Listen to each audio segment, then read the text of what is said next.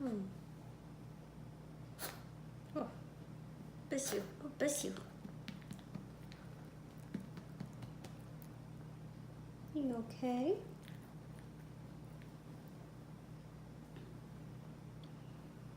Hi everyone, my name is Andrea. Welcome back to my channel. I just wanted to do a little chit chat of what is going on with this little girl. This is my 5-pound Chihuahua. Her name is Chloe. She has had a few medical issues in the past month or so. Everything started roughly around in July, so I just kind of wanted to go over all of that. Currently she is on a lot of medication. She had a seizure in July, and that was unexpected, very scary, of course. And oh, what's going on? What's going on? Okay. Are you okay?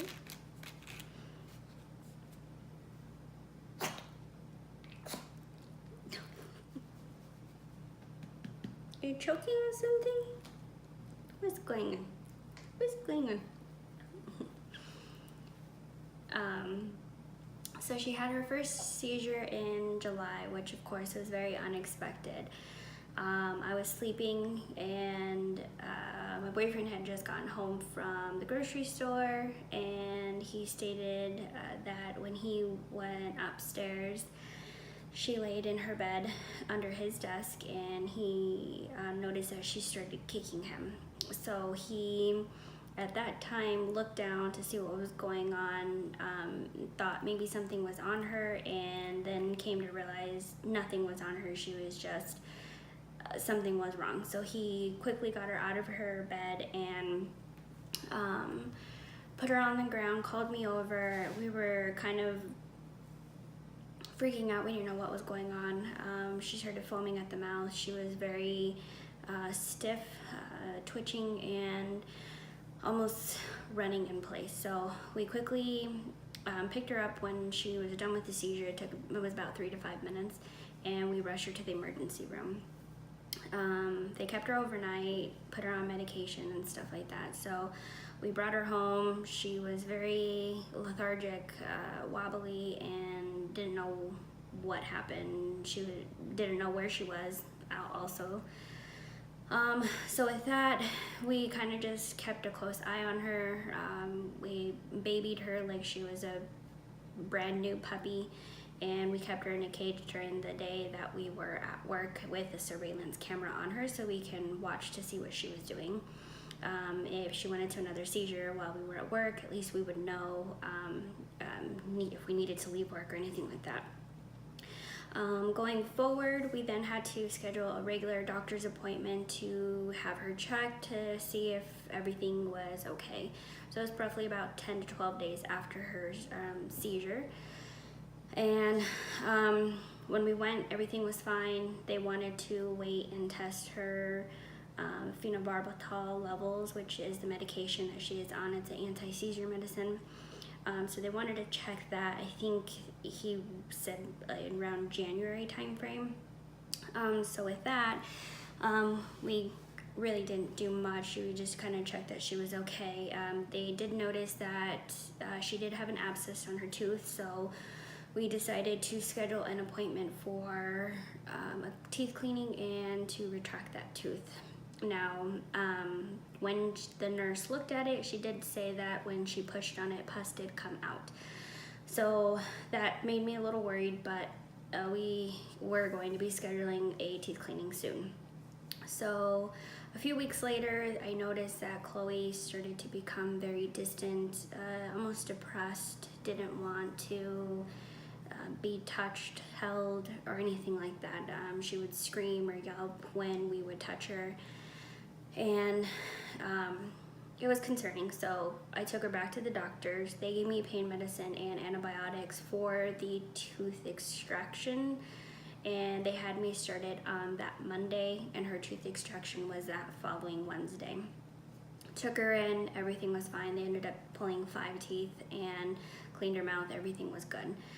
Brought her home, and a few days later noticed that her balance then became very wobbly. She was falling into things, falling over. She started walking with her head tilted, and by Monday, it was a holiday, so I at that time just took her off of her pain medicine because she was so unbalanced. She could not walk very well at all, and it was bad. So I took her off, called them on Tuesday. They told me that that was fine, it's normal. That sometimes does happen with the pain medicine. Now with her head tilt, they told me that wasn't normal.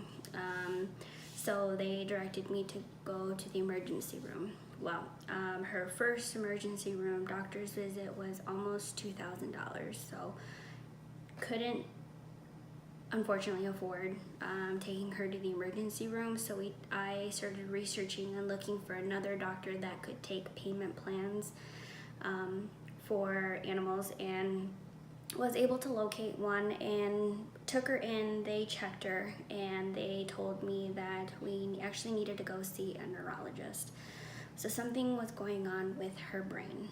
At that point, you know, with her being sensitive to being held and yelping, falling over, and it got pretty bad actually. It got worse throughout the days. So eventually our neurologist appointment came.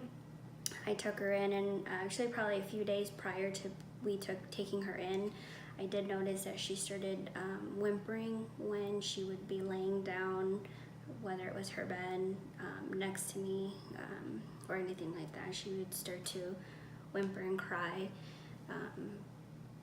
So of course that's not normal either. So I took her in, we got her into the neurologist, and he got to see her walking in circles, falling over.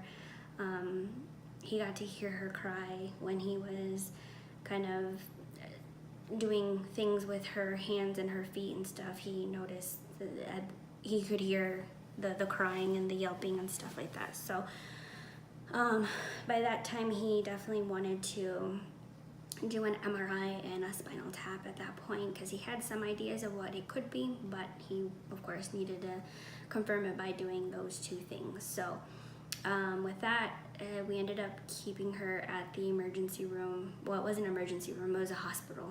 So we ended up keeping her at that hospital, and they did the MRI the following day, and the doctor did call me because they do need my consent for the spinal tap. And with the MRI, he did notice that parts of her brain were swollen, and he was leaning towards encephalitis.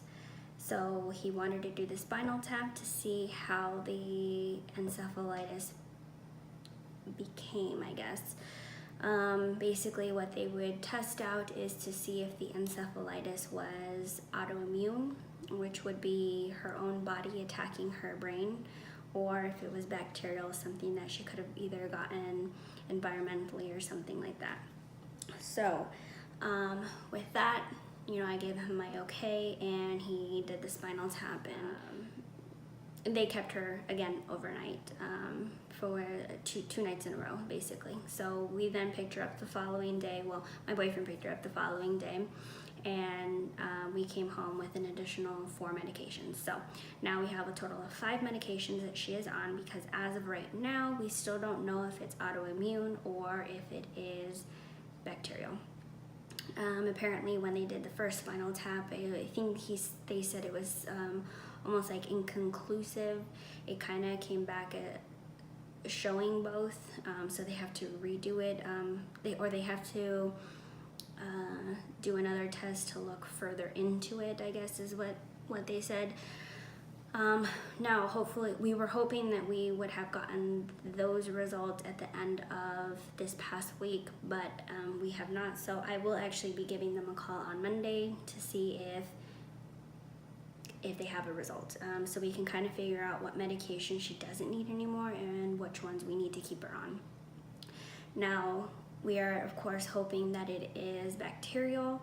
If it is bacterial, that means they only have to take care of the infection, and that's basically it. If it's autoimmune, she will have to be on medication for the rest of her life, and that is not something that we, of course, want her to go through. Her even just going through the seizure and everything like that, just taking the seizure medicine is hard on her kidneys as well, as what the doctor had advised us.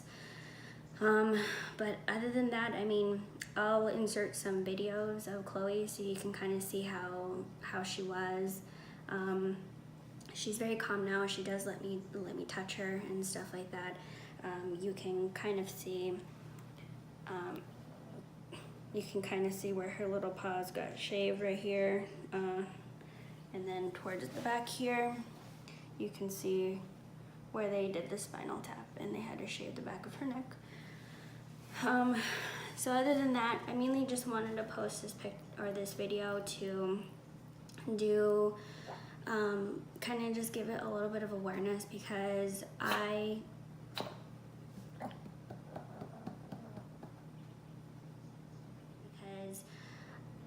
unfortunately I didn't have all of the funds that I needed. My boyfriend did lend me some funds, but I actually ended up having to take out of my 401k so I can pay for all her medical bills. I have a GoFundMe account. I will post it in the description below. So I know everybody cannot donate. It's not ideal for everybody to donate. You know, everybody has a life and has their own things that they're going through, but the only thing that I would request is, if you can't donate, if you can please share the link to at least get the word out. The more we share, the more people will know about what's going on, and hopefully at least donate $1. Each dollar will add up to $2 and $3 and so on. So if you can please share the GoFundMe account, that would be amazing.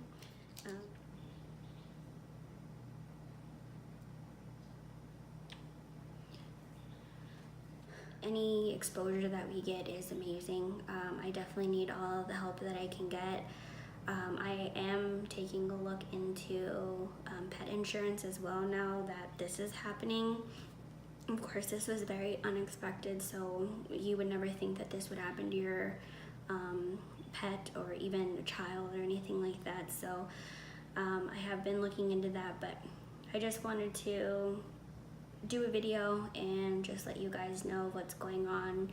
That's also another reason why I haven't been posting videos, is because I have been dealing with her and watching her. It was pretty bad. And so again, I'll be posting, or I'll be inserting some videos as well, so you guys can kind of get a glimpse to see what was going on with Chloe. Also, she does have an Instagram. I will put that link in the description as well, so you can go and take a look at her Instagram. I'll go post. I'll put everything in the description. But other than that, she seems to be doing good. She's responding to the medication good. She seems, I mean, you can just tell she's very cuddly. But other than that, thank you for watching, guys, and please like, share, and subscribe, and get the word out. Thank you.